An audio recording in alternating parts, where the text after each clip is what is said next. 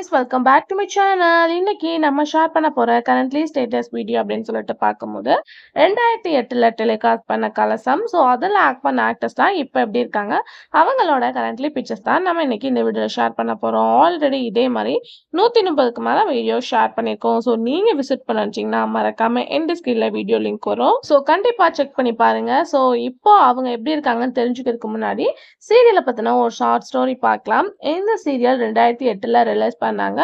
So 2008ல் release பண்ண serial கலசம். இதில் வந்து மெயின் ஸ்டோரி அப்படின்னு சொல்லிட்டு பார்க்கும்போது நீலாம்பரி அண்ட் சந்திரமதி, ஸோ 2 பேரும் ஃப்ரெண்ட்ஷிப்பாக இருக்காங்க. நீலாம்பரி வந்து கொஞ்சம் ரிச்சர்டாக இருப்பாங்க. சந்திரமதி பார்க்கும்போது கீழே வேலை செய்கிற பொண்ணாக இருப்பாங்க. ஸோ இவங்களோட ஃப்ரெண்ட்ஷிப் பார்க்கும்போது இந்த பணத்தினால கொஞ்சம் டிஃபன் ஆகுது.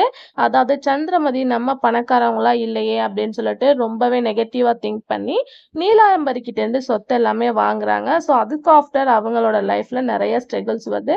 ஸோ அவங்க ஃப்ரெண்ட்ஷிப்பே இல்லாமல் மொத்தமாக எதிரி மாதிரி மாற்றிடுறாங்க. அதுக்கு ஆஃப்டர் சந்திரமதி அண்ட் நீலாம்பரி இவங்களோட ஃப்ரெண்ட்ஷிப் என்ன ஆகும் அப்படின்றது தான் சீரியலோட ஸ்டோரியா கன்வே பண்ணியிருப்பாங்க. ஸோ கண்டிப்பாக உங்களுக்கு ஞாபகம் இருக்கும்னு நினைக்கிறேன்.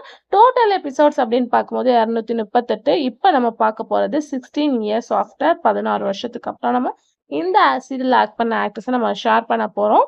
ஸோ ஆல்மோஸ்ட் நான் வந்து கிடைச்ச பிக்ஸ் எல்லாமே ஷேர் பண்ணிட்டேன். யாராச்சும் மிஸ் பண்ணியிருந்தேன்னா கமெண்ட்ல ஷேர் பண்ணுங்க. வீடியோ பிடிச்சா லைக் ஷேர் சப்ஸ்கிரைப் பண்ணிக்கோங்க. இப்போ வாங்க வீடியோக்குள்ள போ.